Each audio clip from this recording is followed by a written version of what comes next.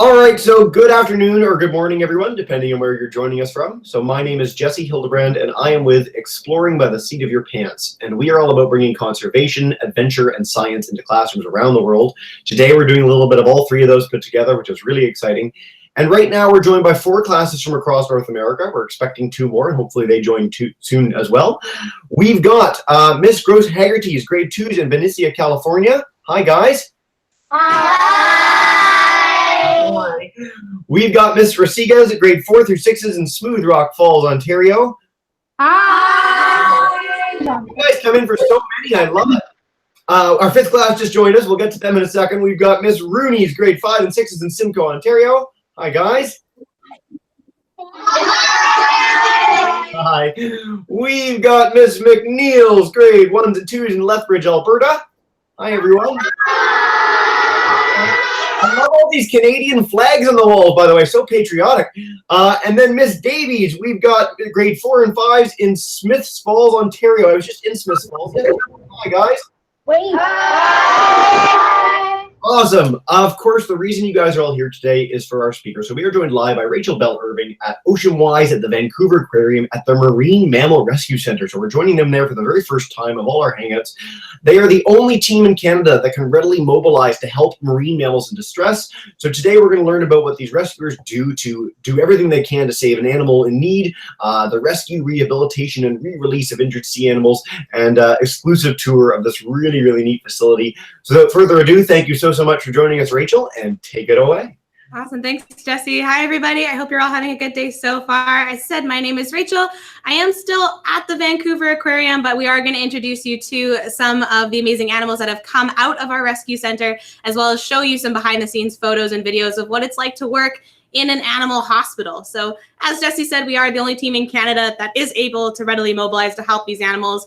And that comes in a number of different forms. Sometimes it's rescuing an animal that's been abandoned by its mother, it's been hit by a boat, it's been attacked by a dog, or it's been injured in some way. Other times we go out and help with disentanglement. So trying to save animals that have gotten trapped in, most of the time, plastic pollution like packing straps and fishing gear. So I'm going to share a couple of those stories as well. I've got one of the habitats behind me that houses some of our rescued animals, and I'll talk about that process as well. Behind me there is Senor Cinco, who is a California sea lion, and we'll talk about him in the presentation. And then there's also 2 harbor seals who are my personal biased favorites, Hermes and Da Vinci, just because I think harbor seals are really cute and adorable. So they will often swim by. You'll probably see them floating a bit, but I am going to share a few photos because, like I said, you are going to get a behind the scenes look at what it's like to rescue a sea animal. So it always starts most oftentimes from a call from you. So if someone out in the environment has noticed that there is an animal that is in distress, they're not sure what to do about it, and so they'll call the Marine Mammal Rescue Center. And we are able to then advise on what you should do. First and foremost, please keep yourself away. Please keep any children away. Please keep any dogs away. They're always wild animals. That's the biggest thing to remember. And wild animals have a natural fear of anything that might be a threat, including people. So it's always important to make sure that we are treating these animals like they're wild animals and you are keeping a safe distance away from them. So if you do happen to see an animal in distress, whether it's on the West Coast or even in Ontario as well, we have gone out to help beluga whales in the St. Lawrence River before. So wherever you are, if you do notice an animal in distress, we are more than happy to help advise on what we can do. We can also put you in contact with the appropriate body to help rescue that animal, because we work closely with the government as well to do that. So the first step, of course, it always comes from you. These are people out in the wild that care about the animals, that are doing something to help. And when an animal comes into our facility, they are going to have a very thorough health check. So I'm going to show you a picture. You're going to see Jesse's face for just a second there. And then here we go right into our wonderful seals. Sorry. So this is a harbor seal pup. Harbor seal pups only usually stay with their mother for about 2 weeks, and then they're off on their own. And we can often see from seal pups whether or not they actually were born premature. They should have a nice smooth coat of fur, just like you see in adult harbor seals. If we ever see a harbor seal that looks a bit fluffy, that means it's been born premature. So if we've gotten a call from the public and we have decided that it is worth an investigation or it is worth rescuing the animal, we will go out with a team of volunteers and staff to retrieve the animal safely and bring them back to the emergency hospital. And the first step is always checking them out into our quarantine section. So that's why, as I said from before, it's not necessarily pretty, but it is functional, and this is the hospital that you're looking at. So each of those tubs houses an individual seal pup. They all get their own little apartment, and they come with a tag. So we do use a naming system here at Marine Mammal Rescue Center. Every year it's a little bit different. We tend to change themes. I actually rescued a pup when I was a kid, about 2010, and the naming theme was Harry Potter back then. So every year it changes.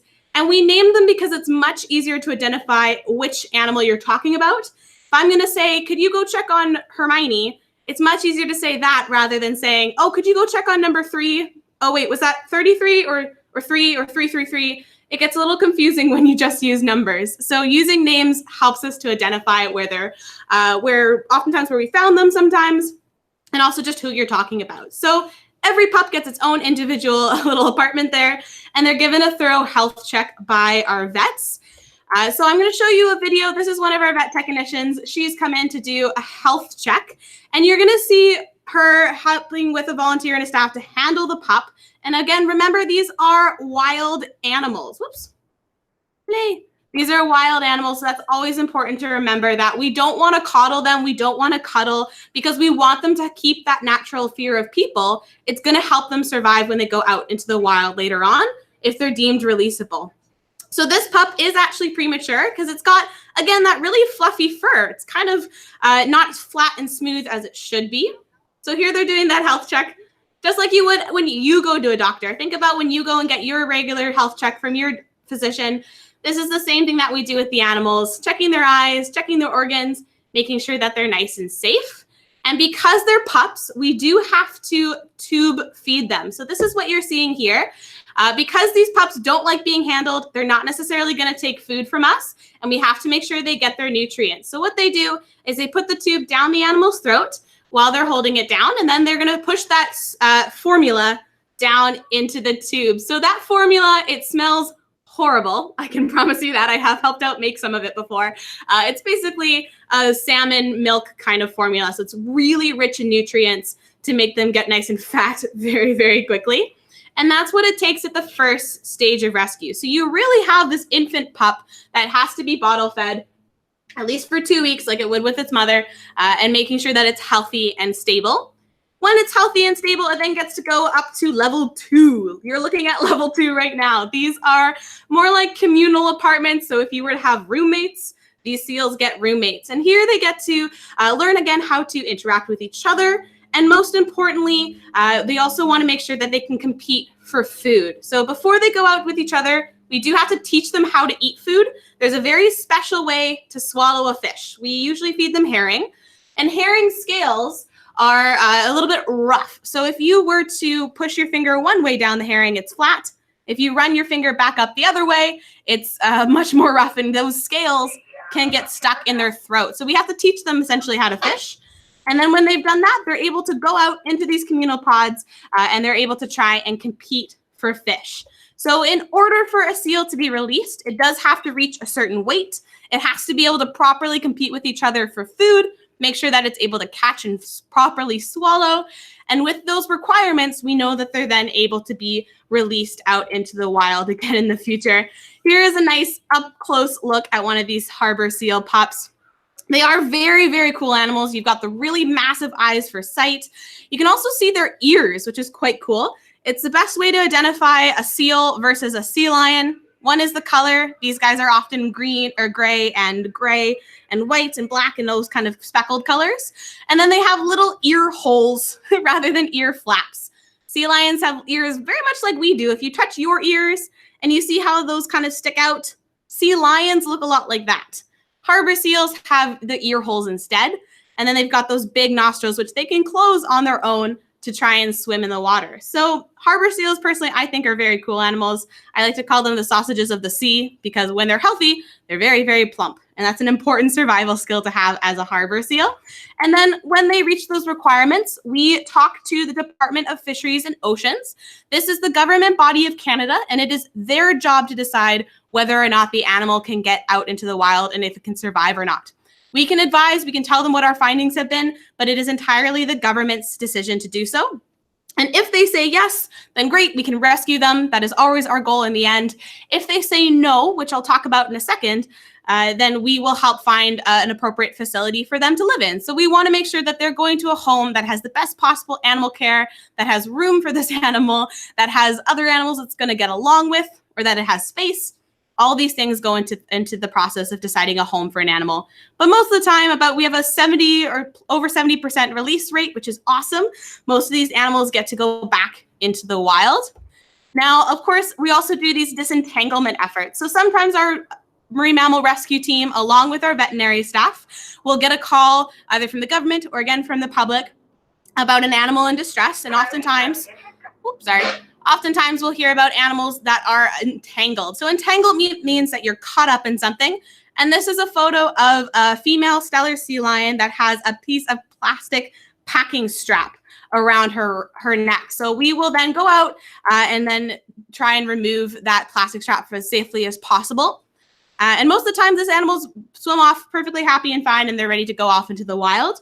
Other times we get calls that are a little bit more serious. This is a look into our operating room. So at Marine Mammal Rescue Center, every animal will come through here at some point or another. Some cases are more serious than others.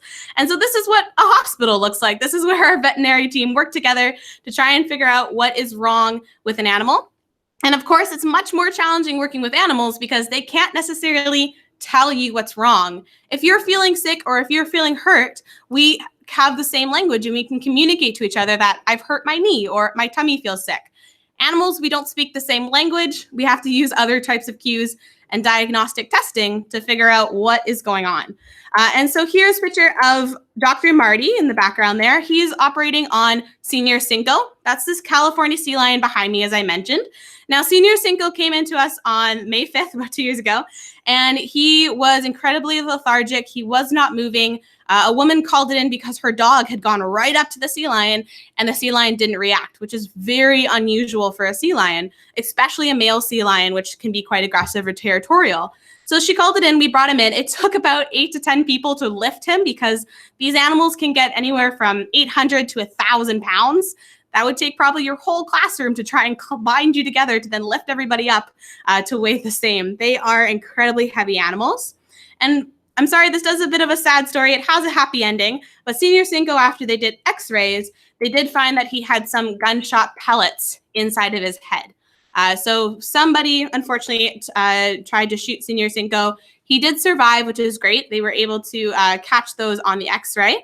And then he began his process of recovery. Now, because of the damage from the gunshot, he was left pretty much completely blind. So we have an entirely blind male California sea lion, and that presents its own unique set of challenges of trying to work with an animal that cannot see. Luckily, they've got some amazing other senses to work with. And so Senor Cinco's recovery has been fantastic. Because of that blindness, he is non-releasable, as the government has decided, and we had space, so he came to live with us.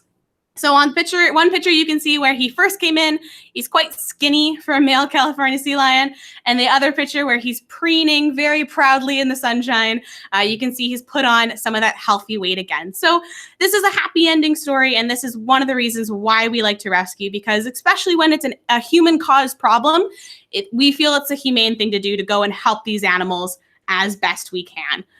So some things that you can do, of course, with helping out marine mammals is trying to buy sustainable seafood. We are active competitors with these marine mammals for seafood, meaning that we often steal their food or we take too much of it. So if you see this symbol in Canada, or if you're in the United States, you can look for the Monterey Bay Sea Watch symbol. This means that the fish or the crab or the shrimp that you're buying has been bought in a sustainable way, which means that it doesn't harm the environment, there aren't a lot of chemicals, and it's safe for us to buy. So I highly recommend, if you can, when you're at a restaurant or a grocery store, choose sustainable seafood. It's something that you are then having the power to change in your life, and you're telling the fishermen and the fishing industries that we want more of these environmentally safe seafood options. This is one phenomenal way that you can help every single day to save marine mammals and make sure that they're healthy out in the environment. And the other thing, of course, is to do a shoreline cleanup, whether you're in the States or whether you're in Canada. If you are at a coastline, a lake, a river, a storm drain in your city, all of these things combine back to our oceans. And so this is where we see a lot of litter coming down and hurting some of these animals, whether they're marine mammals, whether they're shrimp, whether they're crabs. And if you are able to register with the Shoreline Cleanup program, then all of the data you collect when you count your litter and you submit it to us, all of that data goes into an international database. So everybody around the world can see what kind of litter is a problem, and then we can start making decisions on how to reduce that. So you are being citizen scientists every time you go out and join in one of these projects to collect data and let us know what kind of problems we're seeing out in the environment. The better we understand something, the more we'll be able and prepared to then protect it in the future, which is so important. So every single day, we can make little choices that are going to go and help some of these amazing marine mammal rescues. Hopefully, we won't have to rescue all the animals in the future, but we are ready and prepared and able to do so if we find any. So that is what it is like rescuing an animal at the Marine Mammal Rescue Center. And I would like to know if you have any curiosities, questions, queries. I have more stories because we've got lots of rescued animals. So I'd love to hear from you. Outstanding. Thank you so much, Rachel. All right, guys, let's dive right in, literally and figuratively. Miss Gross Haggerty's class, if you guys want to kick us off, go right ahead. Just speak really loud into there. Just ask your question, Annie. Are otters and sea lions related? Are otters and sea lions related? That is a really good question because they do look a lot alike. They are not related. So sea lions are a part of a group called pinnipeds, which means that they're fin-footed. And they're related to anything else that has a fin foot, like harbor seals, northern fur seals, elephant seals, all these cool animals. Sea otters, on the other hand, are actually related to weasels. They're part of the weasel family, which they can actually be a little bit stinky because of that. So different groups of animals, still adorable. If you'd like to practice being a pinniped, you can try this yourself. You can do the pinniped high five. If you want to be a harbor seal, you're going to stick your hands up in your armpits. If you want to be a fur seal, you're going to stick your hands like halfway out. If you want to be a sea lion, you're going to stick your hands all the way out and then try to high five your friends, whichever one you choose. It's quite fun. I wish I had friends with me while I was doing this hangout and I could test that, but oh well. Quick, weird follow-up, just for classes to know, because I find this really interesting. How big are sea otters? Because a lot of people don't know how large they get. They're actually quite big. So if you include the tail, they can be like 4 feet long. When you get out of the water, it's why people confuse them with beavers quite often, because when they get out of the water, then they hunch with their big flippers in the back. They're quite large. Cool. Awesome. Probably as big as some of the students, for sure. Yeah. All right, Miss Rasika's class, if you guys have a question, come on up. Yes, we do. Perfect. About how many animals do you rescue a year, and are all rescues successful? Thank you for thinking of that. So we rescue definitely over 100 seal pups per year, and last year was around 150. So the number can range anywhere in that kind of region. So about 150 seal pups per year. Not all rescues are successful. Sometimes we get there and the animal has already passed away. Sometimes they pass away on transit. Sometimes they don't make it through the first night. That is kind of the nature of animal rescue, is not everybody makes it. We do have an over 70% rescue rate, which I think I'm very proud to say that we are able to get about 70% of our animals back into the wild, and that's always the goal in the end. Great question. All right, Miss Rooney's class, come on up, guys.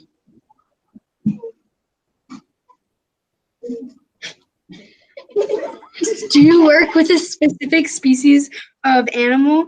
And if so, what habits does it have and why does it have this behavior? Ooh, the special habits of the animals we work with the most. There's quite a few of them. So predominantly we work with, in terms of Marine Mammal Rescue Center, harbor seals are the most common one that we work with. We have had California seals, sea lions, stellar sea lions, elephant seals. There's been a few cetaceans, so whales, dolphins, porpoises. There's been a couple turtles. So we're willing to jump in with anybody and help anybody out. We mostly focus on harbor seals. In terms of characteristics, there's quite a few that make them very special. I'm going to talk about harbor seals because they're my favorite and I think they're fun. Harbor seals, when they're on land, they're very poor movers. If you can imagine, you've got a giant layer of fat around you and your hands are stuck here. So when you have a break, you can try it. Lie down on the ground, stick your ankles together, stick your hands in your armpits, and now try and move forward. It is very hard. And you end up looking a lot like an inchworm. You kind of have to do this flopping. And that flopping has a word.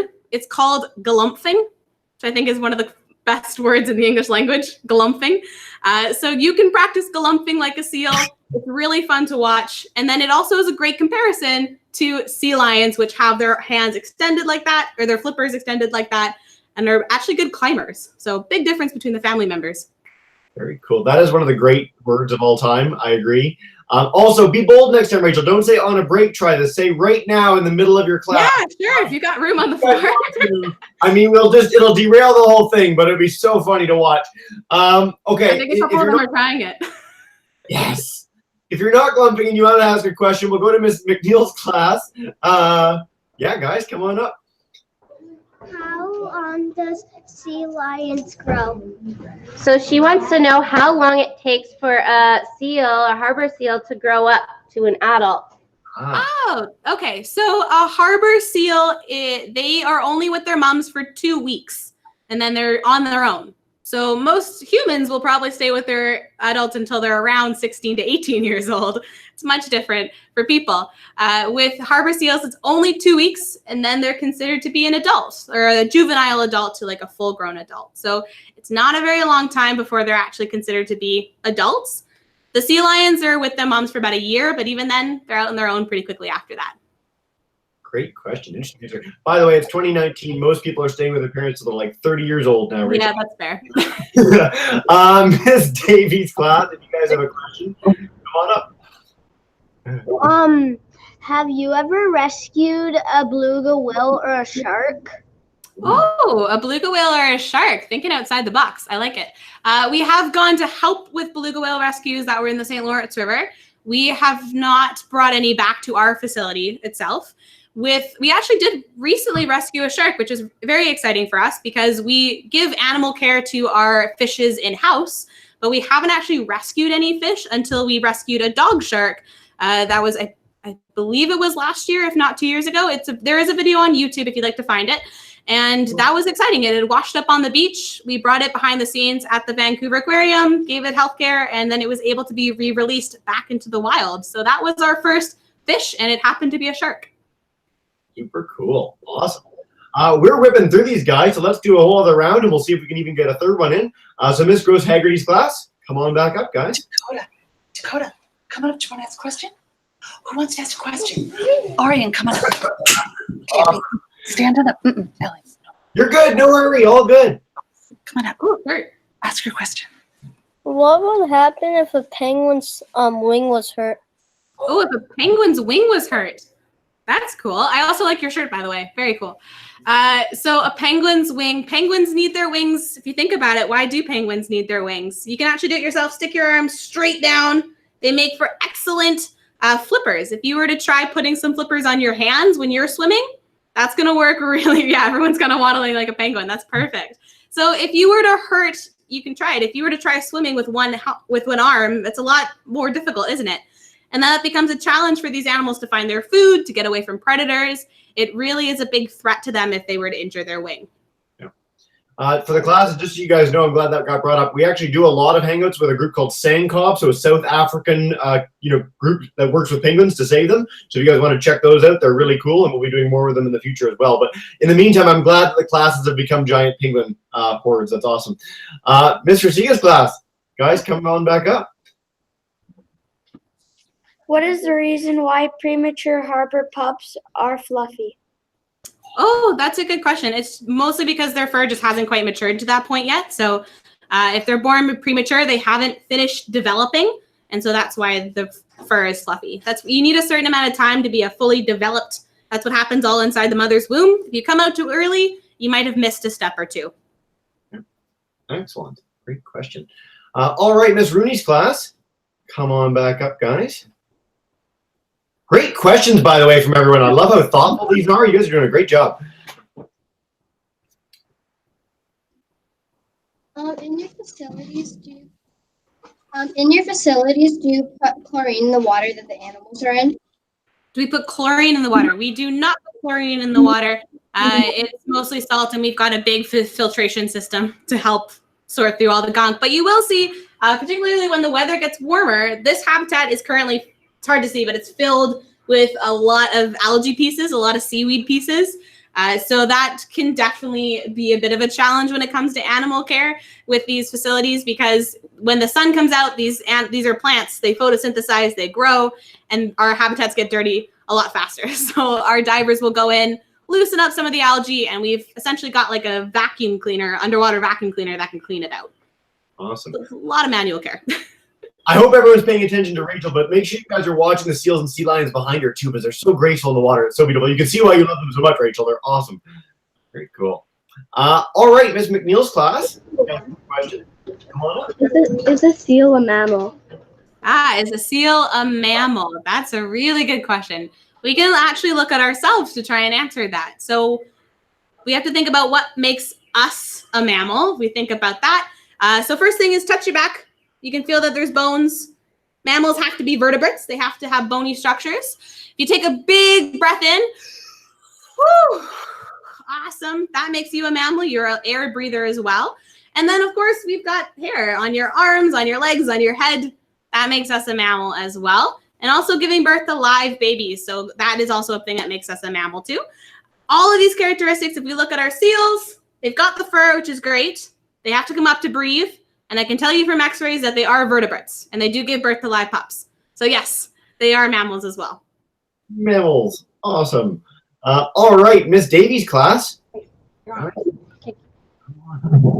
Sorry. How long have you guys been rescuing animals?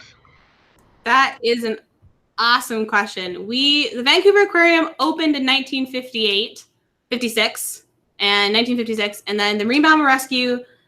Oh, I should know this one. It's 1960. It's around there. So it's been over 50 years. I can say that with confidence. It's been so long that I've now lost track. But Vancouver Aquarium as a facility has been open since 1956. And we started the Marine Mammal Rescue Center a few short years after that. So it's been over 50 years. Wow. Way to go. All right, guys, let's do a whole other round. Miss Gross Haggerty's class. Come on back up. Sure. See you. Okay. Here, ask your question. How did you get your job? Yes. I love when people ask that. Thank you. That's very nice of you. So my job is a little bit different. My job technically is an educator. So that means that I get to talk with awesome people like you about awesome things like the ocean. How I got here, I graduated high school. I went to university, and I actually went to the University of Guelph in Ontario. So I do have a big soft spot in my heart for Ontario. I have a bit of a weird degree. I actually studied zoology, which is the study of animals and plants and things like that. Or sorry, animals specifically. But then I also studied classical studies. I studied history, essentially. So I managed to make a degree out of things that I was really passionate about, both animals and stories and history. So you don't have to necessarily do just a science degree in order to get it. Or if you do a science degree, you can specialize in what you like, whether that's oceans or plants or land-based things. There's lots of ways that you can find what you like when you're studying, and I really encourage you to do so. So I got my degree, and then I came and worked as a camp teacher for a couple of years, and I've kind of stuck with it ever since. So getting schooling is really important, and then getting some experience is really important, whether you're volunteering or job or things like that. Awesome. I'm so glad. And I think every one of our hangouts with OceanWise, you've got that question, Rachel, which is great. So, old pro. All right, Miss Rasica's class. Come on back. What is the most common reason why harbor pups need to be rescued? Ooh, that's a thoughtful question. The most common reason. Most of the time it's been abandonment, but abandonment can happen for a number of different reasons. So a mom might have had a pup premature and she rejected the baby. So that means she can't take care of it. And when you're in the wild, if you can't take care of your baby, you're not going to do it because you need to make sure you survive as well. So that's one of the reasons it can happen is moms might reject their pups. Moms might get separated from the pups. Moms might die after they've left to go hunting for the pups. And that could be from boat strikes or from debris or from or they're eaten by something as well. So abandonment seems to be the number one thing. But why that happens, oftentimes we don't get an answer because mom's gone. We've observed it for a day or two and it's still not come back. And we often don't know why exactly it happens.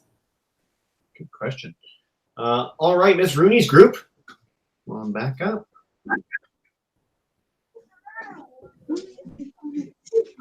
Have you ever saved dolphins? We have actually, sort of. So we have saved porpoises, which is the cousins of the dolphin. We had two rescued porpoises with us a while ago named Jack and Daisy, who were lovely. Unfortunately, they passed away a couple years ago. And because we had them here, we were actually able to learn more about porpoises that we didn't know before. And so it was thanks to Daisy being here and us figuring out how to take care of her that when we then rescued another porpoise named Levi, we were able to use those techniques and we were able to successfully release Levi back into the wild. So even it's sad that sometimes these animals can't go back into the wild, but we're all really thankful that if we can give them a really good second chance of life, we can learn from them as well. And that can go towards research and that can go towards helping other animals in the wild as well, like Levi the porpoise. And then we also do have another rescued dolphin here who was actually rescued from Japan. She got caught in a fishing net. Her name is Helen. Helen is a Pacific white-sided dolphin. Because of her damage from the fishing net, she had to be partially amputated. So both of her front flippers are actually about half the size they should be. And that's why the Japanese government said she won't survive in the wild. And she came to live with us as a permanent home. So she's also an ambassador for her species as well. Wow, great. Yeah. So out of curiosity, just quick follow-up on that. So Japan doesn't have the sort of facilities that you guys do to take care of an animal like that? They had to work with, I mean, it's great that they worked with you, but. They do. So there are a number of accredited facilities in Japan, and we actually have an ongoing relationship with other species and collections and things like that. But it depends on a lot of different factors. So for example, if we had too many dolphins, we wouldn't have been able to take her. We have to make sure we have the space. We have to make sure that our dolphins are going to get along with each other. And so speaking of that, those are the kind of factors that go in. I wasn't part of the organization at that time, but I would understand that that would probably be why a facility in Japan couldn't take her, either because of space or because they had too many things or not enough space, et cetera, et cetera. Yeah. Thanks, Rachel. So slight warning, my laptop might die in 10 minutes. Okay, well, we'll finish up then. We got two more questions anyway. We're all good. Miss McNeil's class. Come on up, guys. Has any seals survived? Yeah, lots of seals survived. So about over 70% of our seals will go back into the wild. Da Vinci and Hermes are both rescued and non-releasable. So sometimes if they can't go back into the wild, then we'll give them a permanent home here or we'll give them a home elsewhere. Okay. And then Miss Davies' class. Come on up for our last question, guys. How do you get all the money for your aquariums? That's a very good question. It's not easy. We are a non-for-profit, so we are a charity. Everything the money we get has to be from other sources. So, for example, if you come to visit the Vancouver Aquarium, your admission ticket goes towards feeding the animals. A sea otter takes $90 a day to feed a sea otter, and we have 6 of them. Wow. Try and do the math. That's a lot of money. And rescuing animals out in the wild also is costly because of boats, because of staff, because of equipment. It's really, really challenging. So money can come from donors, which is always really appreciated. It can come from fundraising experts. It can come from grants. Grants is when you apply to the government and they give you money in return, or to other charities, organizations will do grants as well. So it is a challenge, obviously, and sometimes we get very creative with making do with what we have. But that's always something that we're very happy if people are able to donate and help us out as well. Outstanding. So glad we got that question. And before we wrap up, before your laptop dies, Rachel, is there any last message you want to share with classes about what they can do to help or learn more or anything else? Keep being curious, keep writing down questions or just things that you wonder and go explore a little bit further. Because like I said, the more we understand the ocean and these amazing animals, the more that we can then make decisions in our own lives or in our government and our policies to then hopefully protect these animals, because we need the ocean for so many things for our survival. We need to be doing a better job of protecting it. So 2 simple things: look for sustainable seafood, join in a shoreline cleanup. That's something that you can do today and tomorrow to make a difference. And maybe you'll find even some more creative solutions just by staying curious. Outstanding. So boys and girls, if you guys could get ready, I'm going to demute all of your microphones. And if you could join me in saying a huge thank you to Rachel. Everybody is now demuted. Go right ahead.